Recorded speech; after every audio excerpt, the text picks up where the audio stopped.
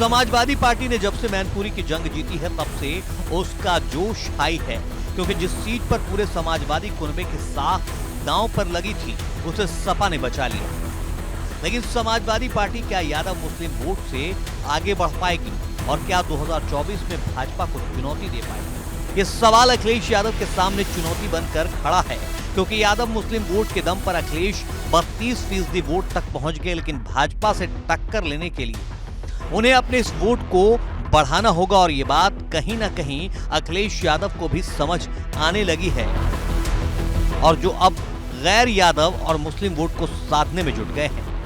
सपा को सबसे बड़ा मौका ओबीसी आरक्षण पर छिड़ी जंग ने दे दिया है, क्योंकि जो ओबीसी वोट पिछले 8 साल से भाजपा का राज तिलक करता रहा वो वोट फंसा हुआ नजर आ रहा है। ऐसे में अगर सपा ने अपने यादव मुस्लिम वोट में थोड़ा भी ओबीसी वोट जोड़ लिया तो उसका वोट न सिर्फ बढ़ जाएगा बल्कि गेम भी बदल जाएगा।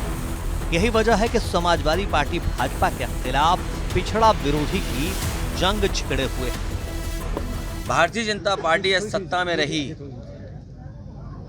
तो जो बाबा साहब भीमराव अम्बेडकर जी ने अधिकार दिए हैं उन अधिकारों को धीरे धीरे छीन लिया जाएगा। अभी कुछ चीज़ें दिखाई दे रही हैं और कुछ चीज़ें नहीं दिखाई दे रही हैं। भारतीय जनता पार्टी हमेशा आरक्षण विरोधी काम किए उसने। भारतीय जनता पार्टी आरक्षण विरोधी है, पिछड़ा विरोधी है, दलित विरोधी है। दरअसल समाजवादी पार्टी हाथ आए इस मौके को गंवाना नहीं चाहती, क्योंकि जब से ओबीसी आरक्षण पर पेंच फंसा है तब से सपा ने मोर्चा खोल दिया है। कोई ऐसा दिन नहीं रहा जब सपा भाजपा को ओबीसी मोर्चे पर चुनौती न दे रही है। इसे अखिलेश यादव के इस ट्वीट से भी समझ सकते हैं, जिसमें उन्होंने न सिर्फ ओबीसी आरक्षण का जिक्र किया है बल्कि दलित और पिछड़े आदिवासियों के आरक्षण पर भी भाजपा को घेरा है, जिस पर अब भाजपा भी पलटवार करती नजर आ रही है। कम से कम समाजवादी पार्टी के किसी भी व्यक्ति को तो नहीं बोलना चाहिए। उसका नाम समाजवादी जरूर है लेकिन पार्टी पूरी परिवारवादी है। और मैं कह सकता हूं कि पिछड़ों के लिए या दलितों के लिए या ऐसी समाज के लिए सबसे ज़्यादा किसी ने काम किया है तो हमारी भाजपा की सरकारों ने किया है, माननीय प्रधानमंत्री मोदी जी ने किया है।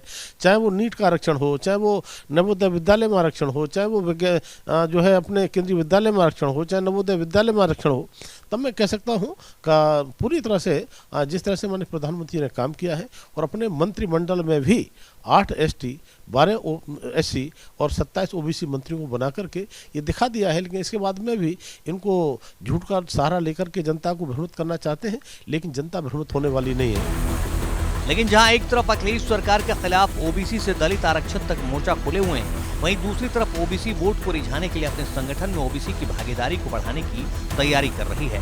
क्योंकि पिछले साल रामपुर और आजमगढ़ में हार के बाद सपा ने अपने सभी प्रकोष्ठों को भंग कर दिया था और सितंबर में जब राष्ट्रीय कार्यकारिणी की बैठक हुई थी तब सिर्फ प्रदेश अध्यक्ष के तौर पर नरेश उत्तम पटेल और राष्ट्रीय अध्यक्ष पद के तौर पर अखिलेश यादव ने शपथ ली थी।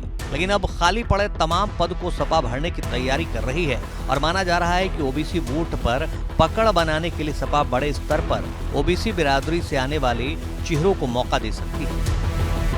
समाजवादी पार्टी जल्द ही प्रदेश से लेकर जिला स्तर तक पदाधिकारियों के नाम तय करेगी। माना जा रहा है कि संगठन के पुनर्गठन के माध्यम से कहीं ना कहीं गैर यादव ओबीसी की गोलबंदी की भी तैयारी है।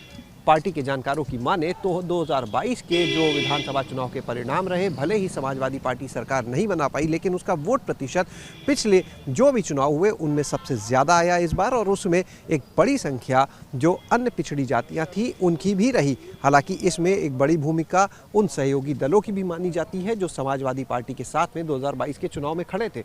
ऐसे में संगठन के पुनर्गठन के माध्यम से समाजवादी पार्टी अन्य जो बिरादरियाँ हैं उनकी हिस्सेदारी बढ़ा सकती है और सीधे तौर पर इसका फायदा कहीं ना कहीं 2024 में भी देखने को मिलेगा। गौरतलब है कि समाजवादी पार्टी के सामने अपने यादव मुस्लिम वोट को बढ़ाने की चुनौती भी है, क्योंकि जिस यादव मुस्लिम वोट के दम पर सपा 32% तक पहुंची उस पर अब भाजपा, बसपा और कांग्रेस नजर गड़ाए बैठे हैं।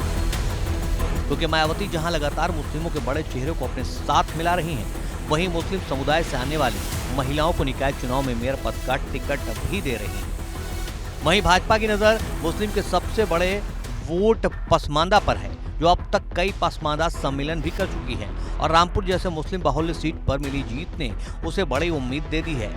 तीसरी चुनौती कांग्रेस दे रही है, जिसकी भारत जोड़ो यात्रा हुई तो पश्चिम में, लेकिन उसका असर पूरी यूपी में दिखा है। इतना ही नहीं, जयंत चौधरी का झुकाव भी राहुल गांधी के साथ दिखाई दे रहा है और जो ओम प्रकाश राजभर 2022 में सपा के साथ थे, वो अब अखिलेश के खिलाफ हमलावर नजर आ रहे हैं।